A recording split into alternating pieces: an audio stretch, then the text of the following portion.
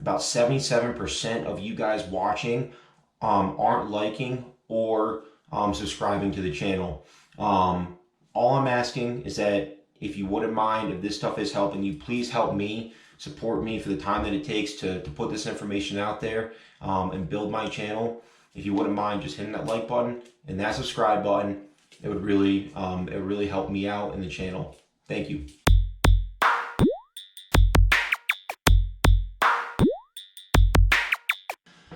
What's going on, everybody? Young Ambition here. Off season right now, winter, it's cold, at least where it is by me. This is a great time of year to start looking at starting a business for next year for some of you guys. This is the exact time of year that I started thinking about what I was going to do come summer. So what I want to do is kind of walk you guys through some mistakes that I made, some mistakes that I know other people made, and some mistakes that are easy for anyone to make when starting a soft wash business. One of the first mistakes that's really easy to make early on is spending too much on equipment. So we want to get our feet wet, we want to get out the door, we want to be able to do the job. It's very easy nowadays to go online, find a fully built skid, trailer setup, whatever it may be, and those are great. But I just want to express to people that you don't need to do that kind of stuff right away. I didn't, and I'm sure you guys have seen some of my old videos where I was just using my basic truck setup. So I'm sure most of you have seen this video right here. This is my early setup. This video was posted on May 7th of 2020, so I wasn't too far into the wash season. As you can see here, it's just a cheap hose reel, some garden hose, a batch mix, 100-gallon tank. I got that from Home Depot. Just a 1 gallon of, or I'm sorry, 5 gallons of roof snot, which actually lasts me the whole season, a cheap pressure washer, and a ladder. This setup probably cost me less than $2,000 all the way around. As you see, I got a couple tank over there and the nozzles. This setup right here allowed me to get out there and work very cheap. The ladder I borrowed from my dad. The buckets were kind of just laying around the house. The hoses, you can pick up some extra ones. The pressure washer, I actually kind of wish that I never bought. I didn't use it that often. I didn't really need it in the beginning. I just kind of thought that I did. So that was about an $800 purchase right off the bat that I didn't need kind of right away. There was a couple jobs in the beginning where I did use a pressure washer. Now I'm kind of wishing that I had gone back and just rented it. It's just not a big part of my business in this area. I would say 98% of the business that I did was just the soft wash, not really any pressure washing. I know that some guys rinse with a pressure washer, they do surface cleaning, all that kind of stuff. That's fine. I just didn't need it. That pressure washer is actually probably going to be replaced this year because I think that I am going to start rinsing with it. But these are things that you can avoid in the beginning and just kind of push off a little bit. What we want to be doing is starting as cheaply as possible, being as efficient as we can with using as little money as possible and putting as much money in our pocket. We don't want to have too many expenses, and that'll kind of really lead us into the next mistake, and that's marketing. Marketing is an area that is very crucial to us. If we can't get our name out in front of our potential clients, show them that we can clean the roofs, make them look better, clean up the house, the patio, serve in the community, stuff like that. If we can't create that kind of dialogue with our clients, they're not going to call us and they're not going to hire us. So the marketing is very, very important. Also, when you start marketing is very, very important. For me, I think I started marketing a little bit too late in some of the ways that I wish I had done right in the beginning. Let me talk to you a little bit about that over on this screen here. When it comes to marketing, what I focused on really was mailers, Facebook, and Home Advisor. The mailers are what I used first. When I first started the business, that seemed like it was the easiest way to go about it. I could get my mailers. These are the first ones that I sent out here.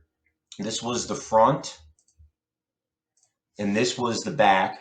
I sent these out I think I started with about 500 mailers, started getting business, and then from there I started bumping up how many mailers I was sending out till I spent about $5,500 over the course of the season. You can see the revenue that it brought in and the profit.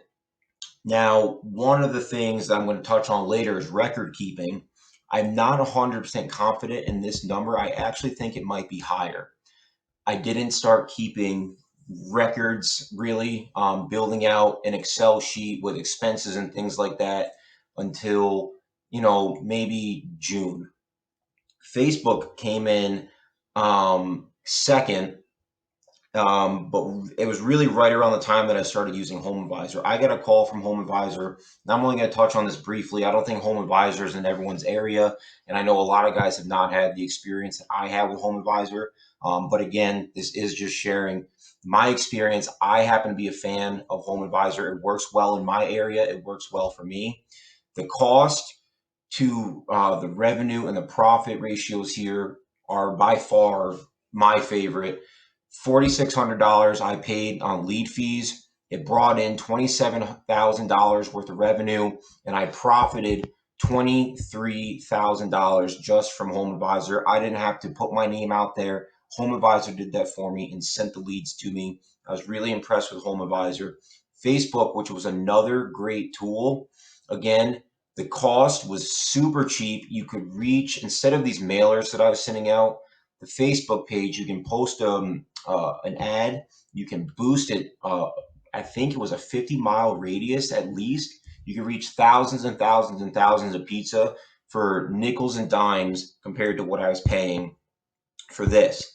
However, there seemed to have been a better return rate on the mailers. And I think that was because I was able to drive to certain neighborhoods and look and see where the dirtiest houses and roofs were. And then I sent mailers directly to their door. On Facebook, it's a little different. You can hit a wider range of people for cheap, but it's not as specific. Facebook is very, very easy to spend a lot of money on. And I have friends that have spent a little bit too much money on Facebook this year because of how easy it is. You see the jobs coming in, you see people responding on the posts, you're scheduling jobs, and you know that it's working. All you have to do is just click a button to post another one, and click a button to post another one. It makes it very easy, very similar to like online shopping. You really don't realize how much you're spending. So it's important to sit down and set a budget before you start doing any of this marketing, but especially Facebook, because Facebook's going to make it very easy for you to just overspend on your budget there. A mistake that I made with marketing in the beginning was trying to do too much. I learned along the way that, and I'm going to do things differently this year. Home Advisor is definitely going to stay. Okay. Facebook, I'm going to set budgets, and I'm actually going to schedule all of my marketing before the season even starts. So on Facebook, and if you guys are interested in that, let me know and I can do a video on that. You can set up all of your ads and basically have them on a schedule, on a calendar schedule, on when they're going to post, how long they're going to run for, and how much money you're going to spend. I spent a lot of time this year, a lot of my free time, making ads, posting ads, boosting them, figuring out the radius, how long I wanted them to run for. I don't want to do that this year. I'm going to take a weekend in the beginning of the season. I'm going to set up all my ads, all my cost figures for the whole season. I'm going to publish it right there on Facebook, and Facebook is going to take care of the rest. I'm just going to be able to get the messages in my inbox once people see the ads and want to hire me for the job, but I'm not going to spend, a couple hours a week doing the advertising like I had done in the past. Another area that I kind of made a mistake in, it works well for other people. I didn't have a good experience with it, was SEO, search engine optimization. I was really eager to get my name out there, build a website. I pay $299 a month for SEO, which is basically boosts your name, your business in Google's search engine and other search engines. $300 a month I pay for that, and I might have made $600. The cost is extremely higher than the income that I'm bringing in from it. It's so unbalanced that I didn't even want to put it on here. I am not going to be doing that this year or paying for that any longer. I know that a lot of guys pay big money on SEO. Maybe they just found a better company. Um, that is something that you guys can look into yourself and decide if you want it to work for you. Like I said, the Home Advisor works for me here. It doesn't work for a lot of people. I don't know why. Maybe I just got the wrong SEO setup. It's not working for me. I don't like it. It's money out of my pocket that's not bringing money back in. So I'm not going to be using that this year anymore, but it's just important for you guys to, not get too excited about doing every piece of marketing. I got excited. I tried to do every piece of marketing. I spent, more money than I wanted. I'm happy with the revenue, but 2021 season, I'm definitely going to start toning that down. I'm going to try to spend less on marketing while getting a higher return on the marketing that I am paying for. Another thing that we want to avoid is poor record keeping right in the beginning of starting our business. Now, that's a lot easier said than done. I too made the mistake of being a little careless with my record keeping. There's a lot going on, there's a huge learning curve. You're buying equipment, you're setting up equipment, you're doing marketing, you're trying to do the jobs. So, of course, some things are going to get, kind of lost in the chaos, but hopefully telling you some of this stuff up front, which I didn't have anyone telling me up front, was how important it is to keep records. And I'll tell you why. One thing is for budgeting for next year. As you can see here, this number is going to hurt me because I don't know what my actual cost is for these mailers. I didn't keep receipts. I didn't keep track of it at the time. Now it's 7, 8 months later, and I have no idea exactly what I spent on the mailers. I know that these numbers are true. These numbers are okay because I've been able to record these as I did the jobs. This number actually, this number is questionable. This number is based off this 5,500. The revenue is the only one that's actually correct. So when next year comes around, when I want to start budgeting for my expenses for 2021, it's going to be really tough to know exactly where to start because I don't know what I spend here. These, on the other hand, Home Advisor and Facebook will keep digital receipts for you. So I know that these numbers are pretty good. In next year, in 2021, I'm going to try not to spend too much over these numbers. I know the revenue that I can bring in based off of this much advertising, and I know the kind of work that I can handle by myself. You can only do so many jobs. I'm in the mind frame of stay small and keep it all. In the beginning, I definitely wanted to possibly branch out, and I'll talk about that a little bit in a minute. But right now, I want to focus on just what I can handle. So these numbers are going to become very, very important to me. It's important to have a clear picture of the money that you're spending. And unfortunately, without good record keeping, you're going to always be playing catch up, just as I'm doing right now. So I'm really going to have to pay real close attention to my receipts and how much I'm spending on advertising this year in this area. So going forward, I don't have to play the game of how much did I spend. This could have been 4,000, 3,000. It could have been 6,000. I don't know, and that is something that I need to get better at myself. Another reason that record keeping is so important is for forecasting your next years. So in 2020, based off of these numbers here, I sit down and I think, well, how can I improve? How can I put more money in my pocket next year without stretching myself thin? Now, last year I was working 2 jobs. I was working at night. I was working during the day. I am reasonably expecting that I'm going to be able to work slightly more, but we're trying to be reasonable with our numbers here. I'm hoping that this is going to be higher, but I want to be conservative. I don't think that there's a pretty big jump between these two numbers. I think that's definitely reachable. And if I blow that out of the water, then you better believe I'm going to be happy with that. What I do want to try to do here is look at my expenses. So the reason that the record keeping can be so important is because I can see how much money came out of my pocket to run my business in 2020. And keeping records such as let's see, got a lot of stuff. All your expenses, this is every expense that I recorded, that I kept receipts for all season long. We have marketing expenses, licensing, insurance for general liability, snowplow equipment, office supplies equipment, work gear, chlorine, marketing, all this stuff, antifreeze to winterize the skid, all this stuff adds up. So coding it this way and having good records, you can go through and you can create a filter, and I can see how much I spent on chlorine. I can see how much I spent on marketing, and you can start looking down, like some of the stuff here, wash equipment. A lot of this stuff right here are small replacement fix items that I had when I was building my skid in the beginning. Those are all expenses that I'm not going to have next year. So I'm hoping that this number is going to drop down significantly and hopefully less than the number that I have here. So the record keeping is super important. It can help in so many ways.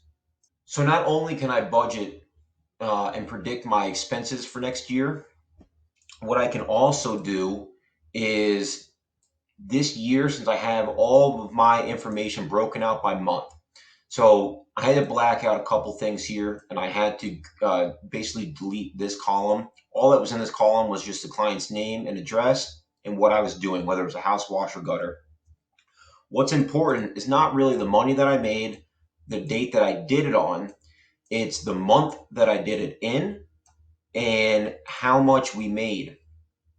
Oh, I'm sorry, how we got those jobs. So I have it all coded here, whether it was a home advisor lead, a referral, a mailer, it happened in person. That's all broken out down here. So I can see my website, not terribly happy with. I don't think we're going to be keeping that for too much longer. I just don't think that the soft wash, my business in my area, I don't think relies on the website as much as I do with referrals, in-person marketing, and then, of course, these three big areas here. I can have this broken out now based off a month to see how much I made from April, May, June, July, all the way down. That's really important to me because now I know when I made my money and how much I spent on marketing. So what that tells me is that next year I can say, well, I know how much I need to spend on marketing coming out of the gate. Once April's over, am I above or I'm going to be below that number? And the same is going to go all the way through. So after the month of April and May, I'm going to know if I'm on track to reach my goal of, potentially 83,000. The only reason I'm going to be able to know that information is because of keeping these records. Now, guys in my Facebook group will ask me every once in a while about if I pay for CRM. That's client relationship management. I do not pay for CRM. I am my own CRM. I keep track of every date, every job that I go on.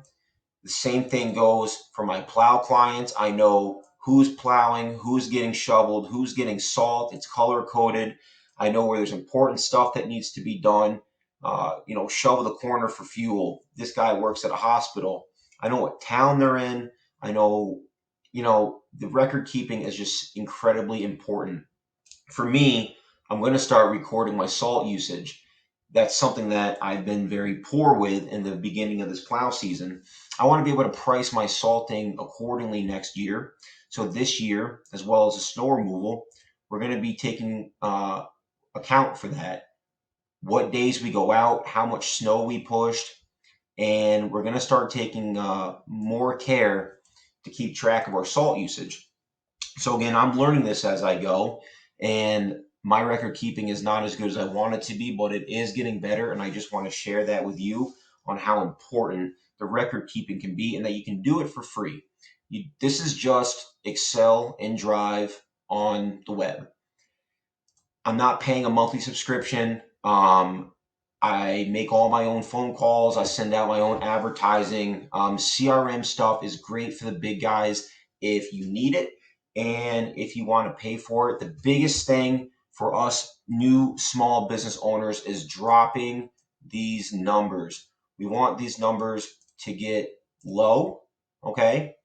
And then we want our profit margin to get high, okay? The revenue is going to come in based off of our advertising, and we just want our expenses to get lower and lower, run our business clean and efficiently, and maximize the dollars in our pocket. So if we can do our as much legwork as needed by ourselves without spending money and paying for other people to basically run our business for us, then you're going to have more money in your pocket and you're going to be happier at the end of the season. One thing that should be talked about briefly is insurance for a small business guys, a soft wash guys, pressure wash guys, whatever it may be. Insurance is very important. I will be honest and speak a little to the cheeky here, I guess. I don't know what the right word is. I don't think that if you're starting out that you necessarily need insurance right away. I'll be the guy to say that. I didn't have it in the beginning. I know a lot of people that didn't have it in the beginning, and we got by. It's not to say that was the right thing. I definitely wouldn't want to go and do business another day without insurance. I'll tell you why. The reason for that is that a good day soft washing could be anywhere from $5,000 to $1,000, $2,000, whatever it may be, how busy you are. A small mistake could cost you a month. Drop a ladder through someone's window. I have friends that lost $2,000 on a job because they didn't rinse a Japanese maple tree, a mature Japanese maple tree, and the cost to replace that tree, uprooting it and putting a new one in the ground, mature tree, was incredibly expensive. Grass, for me, with plowing, if I hit something, regardless of what it is, your good day soft washing can turn into a bad month if you owe a homeowner money for damages that you cause.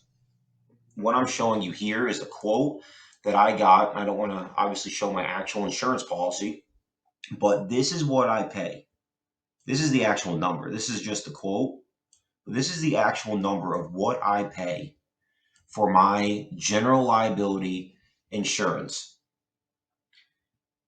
What this covers, actually, I don't know if it's in this quote, but what this covers is $2 million worth of property damages. If I create a fire, if I have any kind of really just negligence on someone else's property, I can be covered as long as I was acting reasonably. I wasn't on their property trying to cause damage.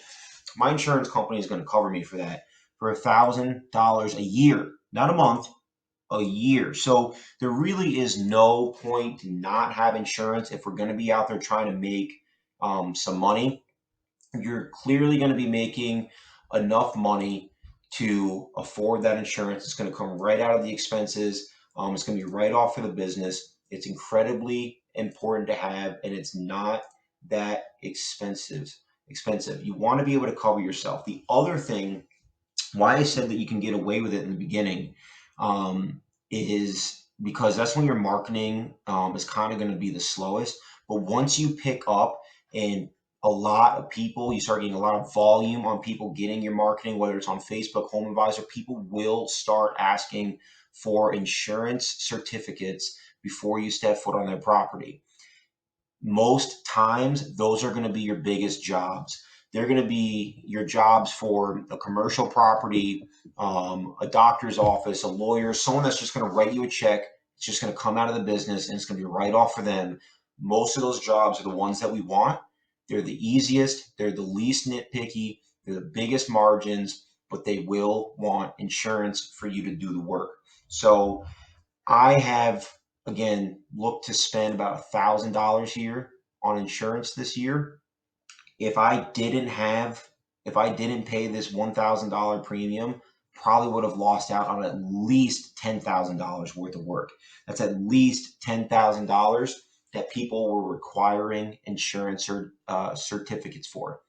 It is a small piece. Most people, I would say about 90% of my clients, never ask for insurance, never ask for anything. It's not a bad deal, but I want that other 10,000. I want those bigger jobs too. And I know that you guys will as well.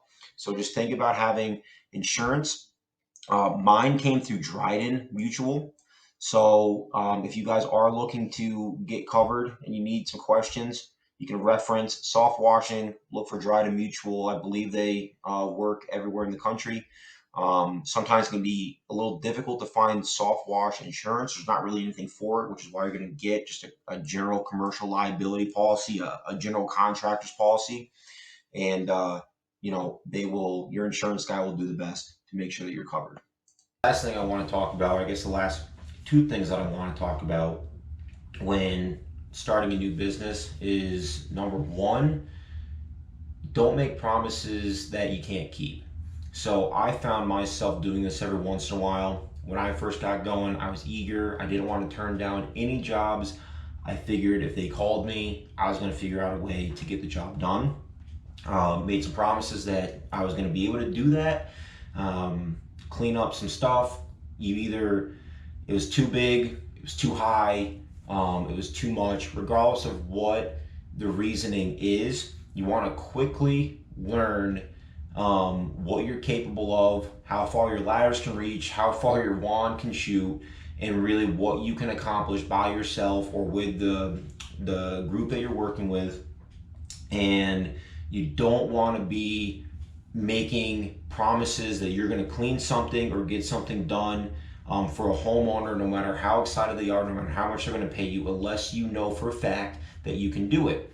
Because if you show up and you say, yes, I can do that, and you get up there and you do it, they're going to be happy, they're going to pay you, they're going to leave you a good review, and who knows, they might give you a referral. If you show up and you say, hey, I'm going to be able to do this, this is how much I'm going to charge, I promise I can get it done, I'll be done in a couple hours, and then you fail to uphold your promise, well, you lower that guy's expectation. He might not call you back, he might not give you a referral, might give you a bad review.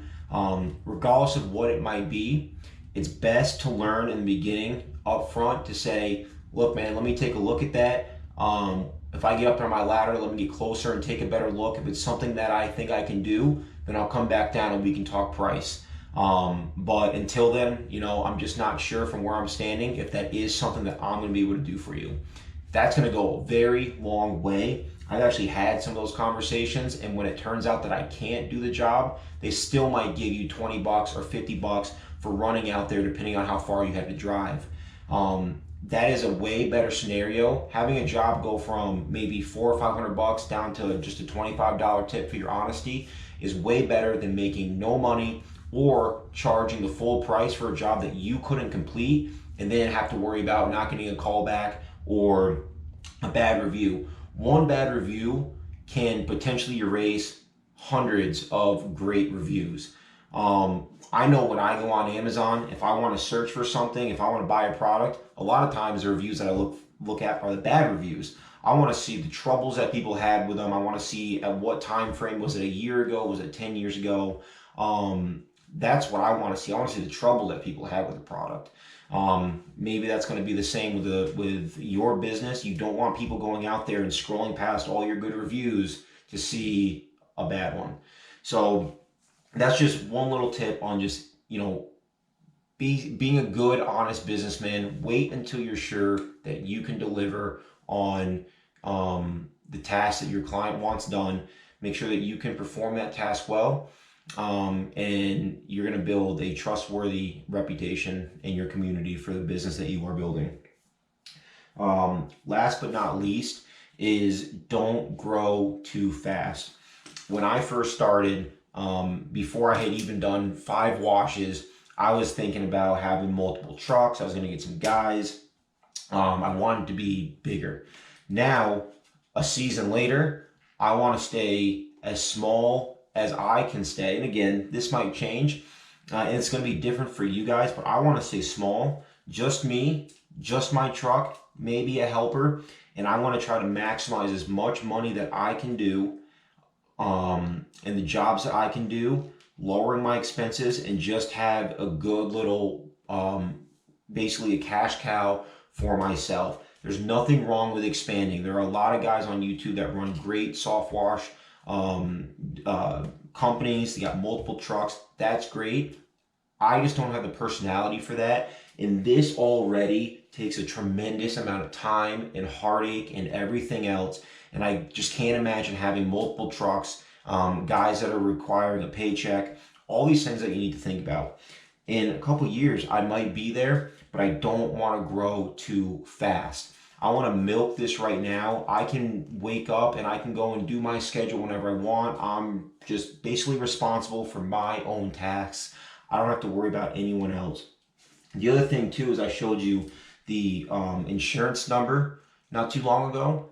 That number grows, well, at least for me here in New York State, grows exponentially the second that I add someone on workers' comp or give them the ability to drive my commercial vehicle. Whatever that may be, those numbers grow, and I'm not ready for that yet. You just want to keep in mind that, this is very fluid, it's very new, but it can be very exciting and very rewarding, and I just want to make sure that I don't, skip basically through any of this and kind of miss out some of those important building block steps by trying to move too fast. We'll see in the future if I want to add another truck. Right now, it just doesn't seem like it's in the cards. What I have going right now is great for me, and it's giving me the lifestyle that I want. We'll see. We'll see what happens. But the point is just to not grow too fast. Just focus on what you're doing. Build your skid, build your marketing, build a name in your community, and then focus on branching out to maybe another community, adding another truck, getting help. You might be able to do that in your first month. That would be great. It just doesn't work for me. It might not work for a lot of you. The only point is just to sit down, maybe write down some solid goals for your business and some milestones that you want to reach. And if you are going to expand, just do it with care. Do it with care. Don't rush it. Just take your time and let it kind of grow naturally. There are a lot of businesses out there. It doesn't have to just be soft wash or pressure washes. That there are plenty of stories of businesses growing too fast and basically imploding on themselves. The resources to run that business aren't there. The infrastructure isn't there. The mindset isn't there. And this beautiful thing that you had can go down the drain. So again, there's nothing wrong with expanding and being the biggest soft wash network in the country. Just make sure that it's the right time for you guys. So I hope this information helps. There's going to be a lot more coming. These winter months are great for preparing for the next season. I know that I'm going to be talking about some of the marketing that I'm going to be doing. I'm actually going to start marketing before summer comes, before spring comes. Going to be doing a little winter marketing. So there's going to be a lot more on that to come. Guys, if you are finding this stuff helpful, please like and subscribe, support the channel. Google Analytics, or I'm sorry, YouTube Analytics will show me how many views and stuff that I get for my videos. About 77% of you guys watching aren't liking or subscribing to the channel.